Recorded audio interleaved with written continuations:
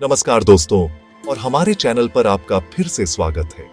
पिछले वीडियो में हमने देखा था कि कैसे पंडित श्रीधर के ऐतिहासिक भंडारे में मां वैष्णो देवी ने अपनी दिव्य शक्ति का प्रदर्शन किया और कैसे दुष्ट तांत्रिक भैरवनाथ ने उन्हें चुनौती दी। आज हम उस रोमांचक कथा में प्रवेश करेंगे जहां भैरवनाथ ने माता का पीछा किया और कैसे मां वैष्णो देवी ने अपने भक्तों के लिए इस पवित्र मार्ग पर कई चमत्कारिक पड़ावों का निर्माण किया। यह यात्रा केवल एक रास्ता नहीं, बल्कि हर कदम पर दिव्यता और शक्ति का अनुभव है। तो चलिए इस पावन यात्रा पर आगे बढ़ते हैं। जैसा कि हमने पिछले भाग में देखा, जब माता वैष्णो देवी ने पंडित श्रीधर के भंडारे में अपनी दिव्य पहचान प्रकट की, तो दुष्ट तांत्रिक भैरवनाथ ने उन्हें परेशान करना शुरू कर दिया। भैरवनाथ अपनी तांत्रिक शक्तियों के अहंकार में चूर था और वह माता को अकेला समझकर उन्हें पकड़ना चाहता था। माता वैष्णो देवी अपने सौम्य रूप में थीं और वे किसी भी तरह का अनावश्यक संघर्ष नहीं चाहती थी।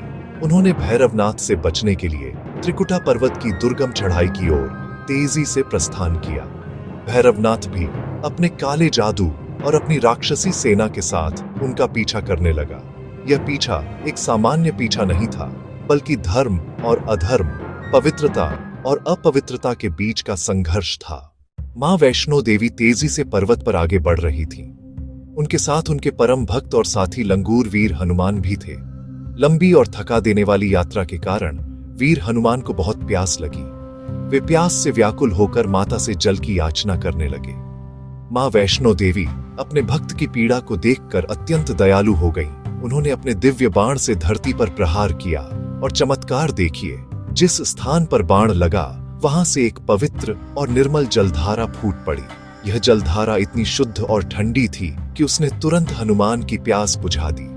आज इस पवित्र नदी को बाणगंगा के नाम से जाना जाता है। यह यात्रा का पहला प्रमुख पड़ाव है।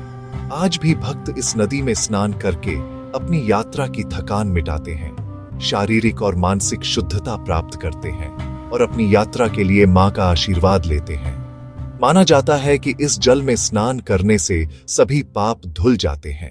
बाणगंगा से आगे बढ़ने के बाद भी भैरवनाथ लगातार माता का पीछा कर रहा था।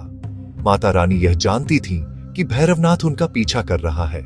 एक जगह पर माता रानी रुकी और पीछे मुड़कर भैरवनाथ को देखा। उन्होंने ऐसा इसलिए किया ताकि भैरवनाथ को अपनी उपस्थिति का आभास हो सके और उसे यह लगे कि वह माता के करीब पहुंच रहा है, जिससे वह और अधिक साहस के साथ पीछा करता रहे। जिस स्थान पर मां ने अपने पवित्र चरण रखे थे, वहां आज भी उनके चरण चिन्ह स्पष्ट रूप से मौजूद हैं। इस पवित्र स्थान को चरण पादुका कहा जाता है। यह यात्रा का दूसरा महत्वपूर्ण पड़ाव है।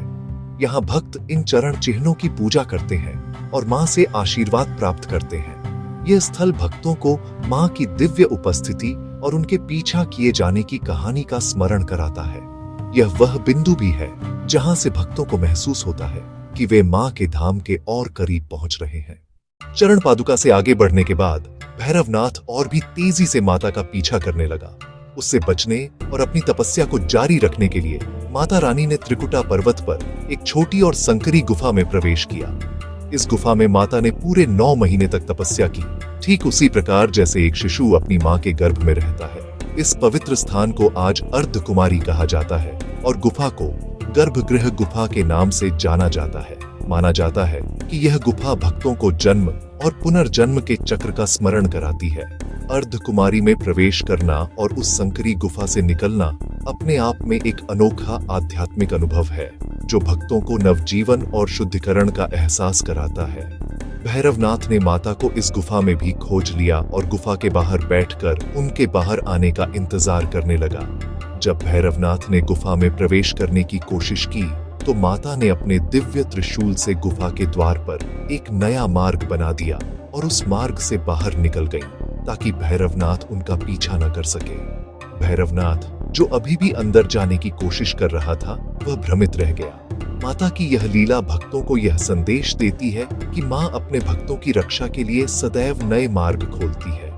अगले वीडियो में हम देखेंगे कि कैसे भैरवनाथ ने अंततः मां को चुनौती दी और कैसे मां ने उसका वध कर उसे वरदान दिया।